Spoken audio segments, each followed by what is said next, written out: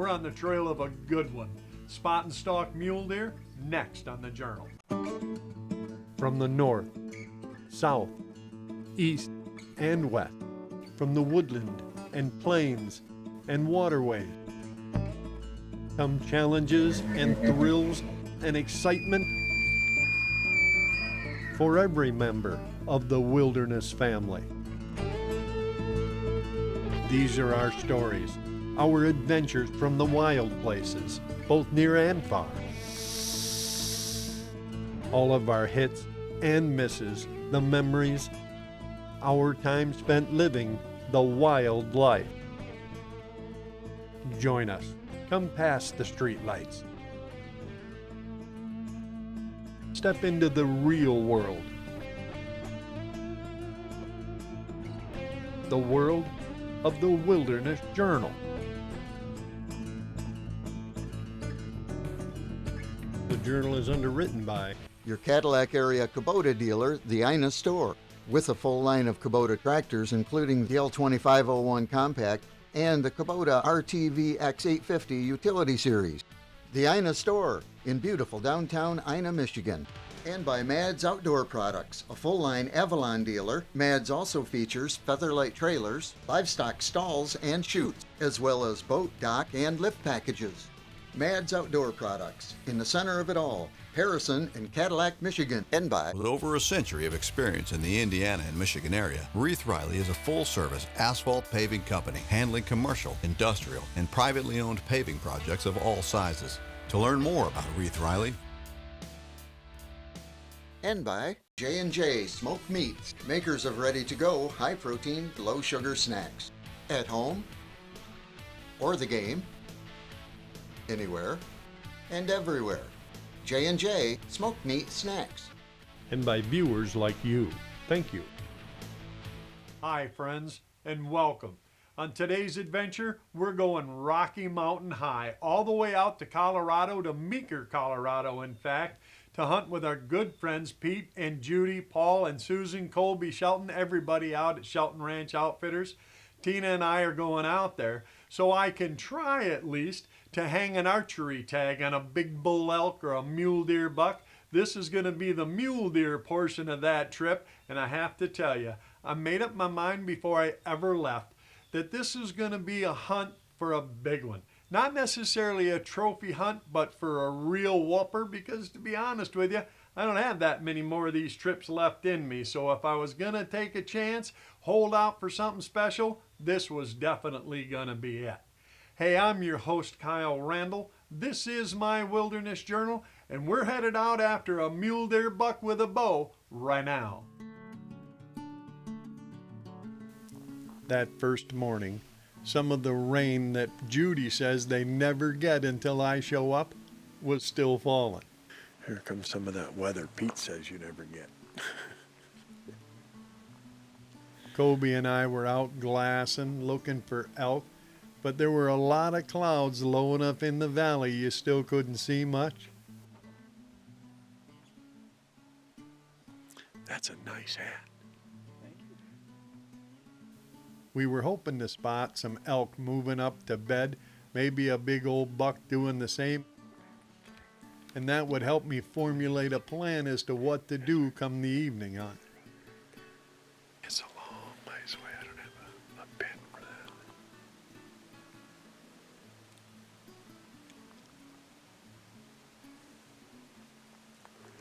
that.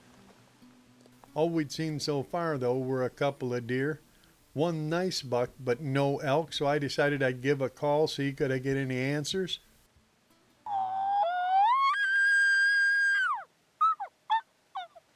Unfortunately, I didn't hear any elk bugling back. All we did see were more deer. So, yeah, you don't have to hit me with a stick. We went looking for deer. And it was on the way in from looking for those deer that we actually spotted a couple. We stopped and got out and glassed. There were a couple of bucks down in the sage working their way along the edge of a field. They were both rubbed out of velvet, and one of them appeared to have a rack that looked more like a whitetail than a muley. The other appeared to be fairly wide, but he was hiding a little. He wouldn't stick his head up.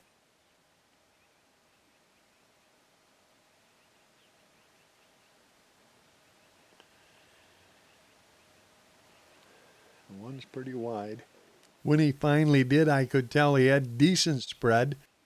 Not a real old deer, but a decent buck. He's thin, but he's real wide.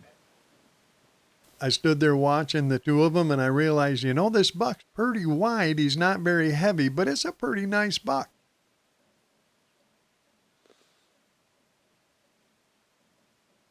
Yeah, it was about then I needed to make a decision.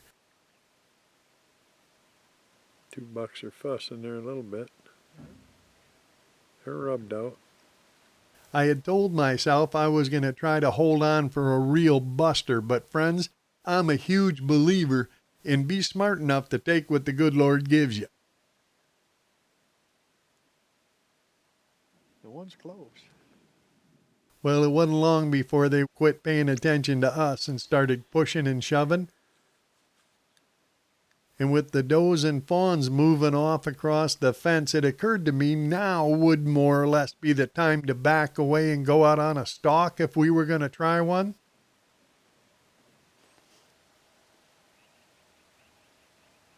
They was friends just yesterday.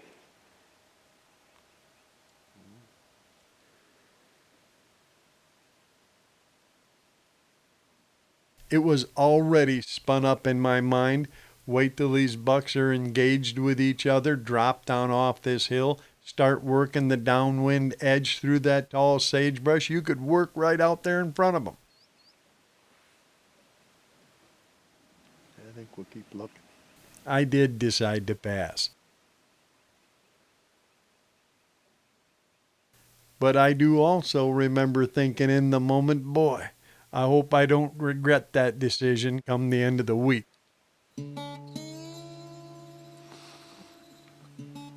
Probably be a good idea if you didn't tempt me. When we saw those two bucks on the way in that morning, we got out and glassed them.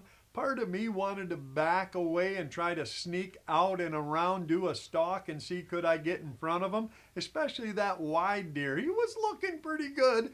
And yes, I did have to remind myself that I had made a commitment to try to find an even bigger, a more mature deer if I could on this hunt. So yeah, we headed into breakfast, but I have to tell you, friends, what I said there at the end, yeah, it's pretty honest. My resolve, well, let's just say it's not limitless. And speaking of limits, that afternoon while sitting on an elk trail waiting for some to come down and feed, a little muley buck came walking out across in front of me, and then, for whatever reason, turned and came right at me. And when I say right at me, I mean 10, 12 feet right at me.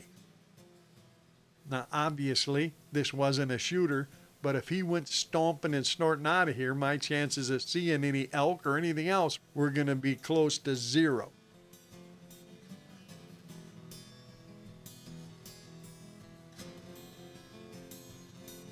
I sat there, holding my breath as he got closer and closer. Finally, friends, I could smell his breath.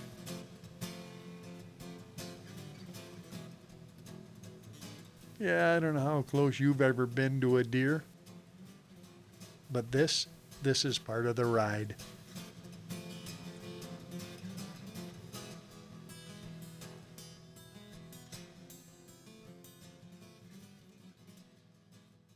That young guy was right up in my grill.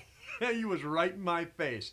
No, he wasn't a shooter, but he was a danger, at least to me. If he found me, if he blew up and spooked out of there, the chances that I'd see an older deer or an elk, well, let's just say they wouldn't be too good. That's one of those things. You gotta be careful no matter what you're doing. And believe it or not, that wasn't the only deer-type landmine I nearly stepped on. On a hotter than normal afternoon, I was set up watching a trail down to a water hole when this old doe came working her way out, and at first I thought, so what? Until she, for whatever reason, made a U-turn, and now she was coming right at me. Friends, it's the same problem. She finds you, she puts up a ruckus, nothing else comes.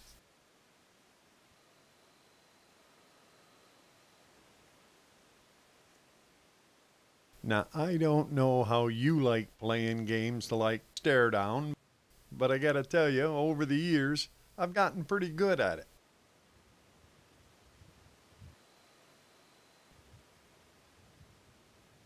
And after matching wits with this doe, who I think was fairly certain she had seen something,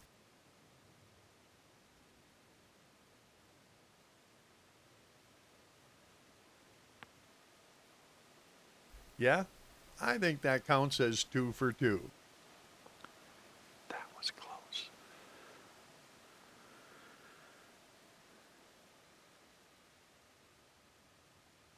And speaking of old does, the following morning, I was looking at a field full of them. And as it grew more and more daylight, I was looking around and there were deer in just about every dryland hayfield. And probably 20 minutes after sunup, I was looking at even more does working their way down along a cattle fence.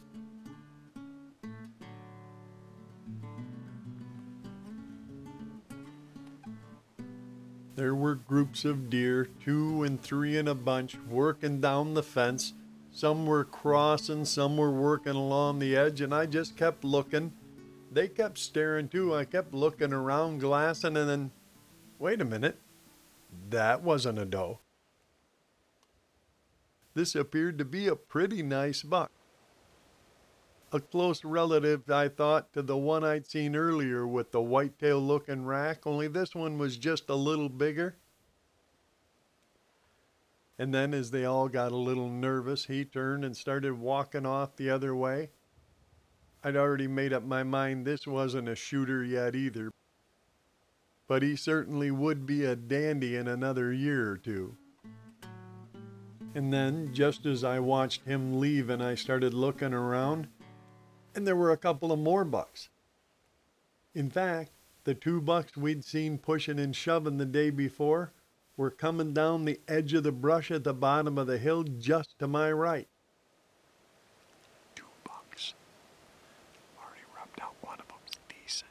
Already at about 50, 55 yards, I was thinking, if they keep coming, I was going to have to make another decision. The whitetail frame buck I'd already decided needed more time, but that wider deer, he needed more time too. And then, as I sat there watching him leave, I heard the slightest of noises off to my left, and there was a coyote sitting right there. I mean, he wasn't 20 yards away. Obviously, I wasn't the only deer hunter on the mountain that day. That's a coyote that isn't long for this world.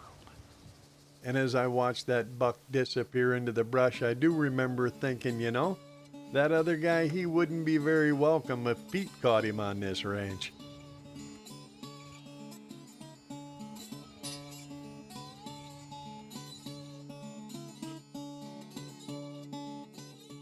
That coyote and I kind of had the same problem. We were in the same spot. There were deer everywhere, but the right deer wasn't in the right spot at the right time for either one of us. And on top of that, it was gonna rain. Fortunately, the next morning, Kobe and I were out glassing and we found a group of 3 bucks, and the middle buck in that group was a monster. As the skies began to clear in the west, Kobe and I were looking at 3 bucks going up a hill just at the base of Swan's Draw, and the buck in the middle was huge. And no, it didn't take me long to shed a couple layers and start heading up and over. And when we got over, there they were, working their way up through the draw with a couple of does. I noticed that he, along with another buck, were actually wearing collars that the DPW puts on deer out here to kind of track their home range, but that in no way makes them off limits. This was definitely a shooter. Now all we had to do was figure out how to get close enough to actually get a shot at him. Yep, I see it.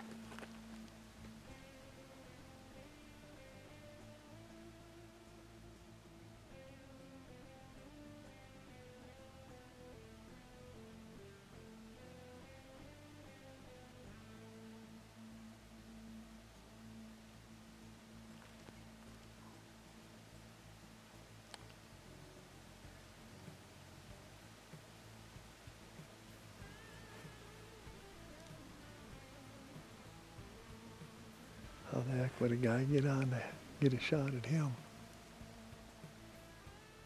They weren't spooked at all, so we did what we could do. We waited until finally they started moving off, just feeding, and I thought maybe we could go up and over, get around in front of them and get a shot.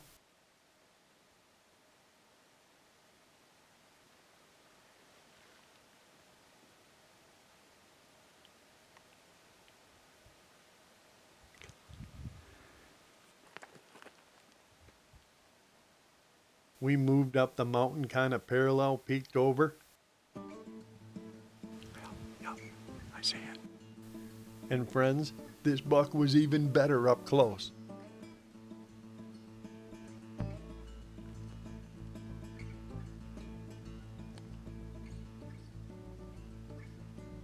We were within about 85 yards now, but there was just no way to take this shot, no way to close the distance. We were kind of out in the open. We just needed to wait. We decided we'd watch until they worked out of sight, and then we'd try to get up and around them.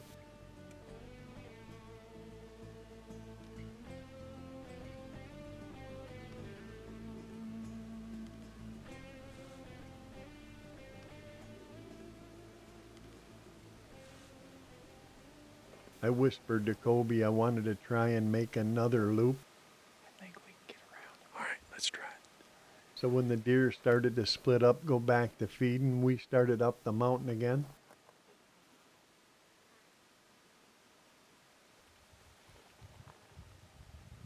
I went up and over about another 60, 70 yards, peeked over the roll of the hill, and there they were. Broadside, standing there, still 70, 80 yards away. And now they were staring. They knew I was there. They weren't freaking, they weren't running, but they were both staring right at me. And worse, one of the bucks had split off and he was above them. I was in plain view of that buck and he started to get hinky. He started moving off. All I could do now was hope the other two would calm down, either try to bed up here in the shade or maybe even continue to work in the direction they were facing, which would of course bring them closer to me. Friends, we were in it. This was the game. If I was going to get a shot, something was going to have to give. Two of the bucks, including the monster buck, took a couple steps closer.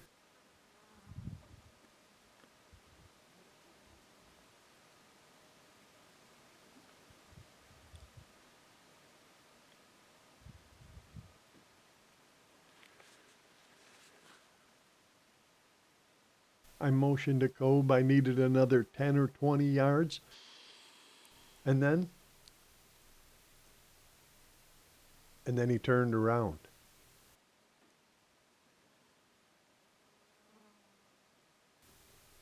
And then they both walked up the mountain right on out of my life. Yeah.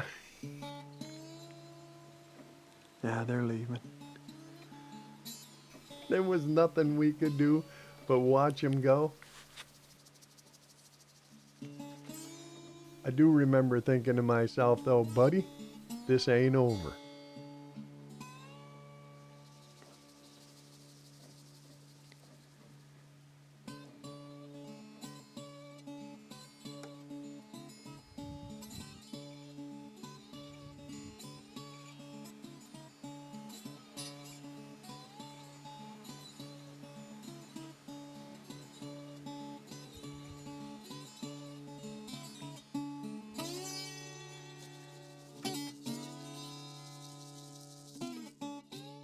that, friends, was the buck.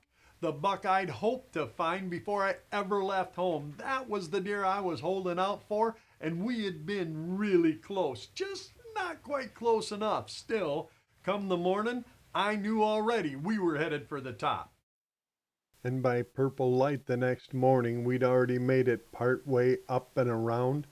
We kind of took the long, hard way, but I was really hopeful that if we did, A, we wouldn't spook 'em, and B, we'd find 'em somewhere working their way up below us. Once on top, I hadn't seen 'em yet, so we started working our way up to the big white rock when Cobe pointed down, and there they were. Finally, below us, not too far, about 75 yards. Unfortunately, at least one of them had already spotted us. All I could do now was carefully work down whenever he put his head down and try to get close enough so I could get an arrow in that big boy.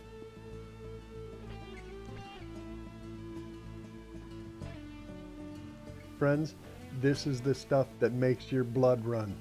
If you're a deer hunter, an archer, if you have ever stalked something, this is what it's about. This is how it feels to be a predator.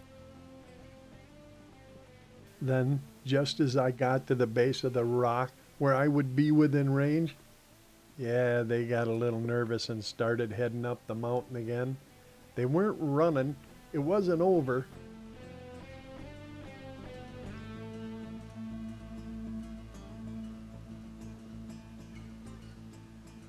Not until I realized that there was nowhere else to go.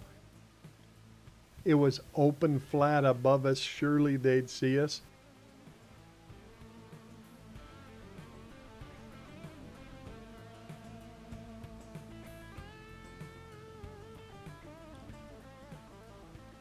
All we could do was just stand there and watch them slowly feeding their way up the mountain.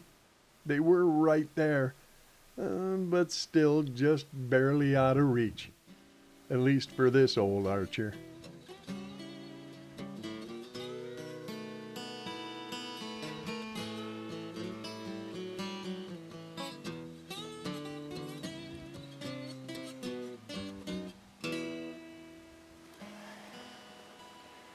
Well, we got close. Closest we were was 74 yards. I don't shoot that far. No, I didn't fill my deer tag, but friends, what a place. Friends, close again. Just not quite close enough. We made it to within 74 yards, and I just couldn't get any closer. We were out of cover. There was nowhere to go. I have to tell you, though, that was such a great hunt. I certainly could have hung my tag on a different deer, but I managed to somehow give my conviction a pretty good workout and still stick to my goals. It was so much fun, and I certainly want to thank again everybody out at Shelton's, Pete and Judy, Paul, Susan for the pumpkin cookies, and certainly my ace guide there, Kobe. You were so much help. We ran around that mountain sneaking and stalking. That is a tough way. It's always like that. Archery hunting the West is always a matter of finding one to begin with and then somehow finding a way, if you can, to close that critical distance. I didn't get a tag on a buck that trip, but I tell you, I wouldn't have traded it for the world, and I had a tremendous time. I can't wait to show you what happened during our elk hunt. Hey, I hope we see you out there. I hope you're pulling a bowstring and then dragging in a big old buck like that of your own, and you know if we do, we're going to stop and help you pull him in and then share that cup and a fire. And if I don't see you out there, well then I promise I'll be waiting for you right back here so we can share another adventure from my Wilderness Journal. For information about anything on the journal, go to wildernessjournal.com. You can even stream previous episodes, just in case you missed one. And to post your picture or join the conversation, don't forget to like us on Facebook. The journal is underwritten by your Northern Michigan Case and Case IH dealer, the Ina Store, with sales and service for Case construction equipment at their Bridgeport location, and both Case IH Farm and Case construction equipment at their Up North location in beautiful downtown Ina, Michigan. And by Mads Outdoor Products, a full-line Avalon dealer. Mads also features Featherlight trailers, livestock stalls and chutes, as well as boat, dock, and lift packages. Mads Outdoor Products, in the center of it all, Harrison and Cadillac, Michigan. And by Quality starts at the quarries and the pits. To ensure every project exceeds specifications, Reith Riley is a pre-qualified aggregate producer and operates several full-scale and state-certified aggregate mines. To learn more about Reith Riley, by J&J Smoked Meats, makers of ready-to-go, high-protein, low-sugar snacks. At home, or the game, anywhere, and everywhere. J&J Smoked Meat Snacks. Captioning provided by Woodland Taxidermy, a full-line taxidermy and rug service in Paris, Michigan. Thank you again, my friends, for joining me, for becoming part of the Wilderness Journal family. A family that knows the wilderness is wherever and however you find it. And please, let our adventures serve as an encouragement. Step off the end of the asphalt. Head to the fields and forests and waterways. Put your own hands on your own food. Come out and see what free range really means. And be you 8, 18, or 80, man, woman, or child, know that there is opportunity and excitement enough for all, and all can be, for a time at least, wild. This is where we belong. It is our birthright, the legacy of our grandfathers.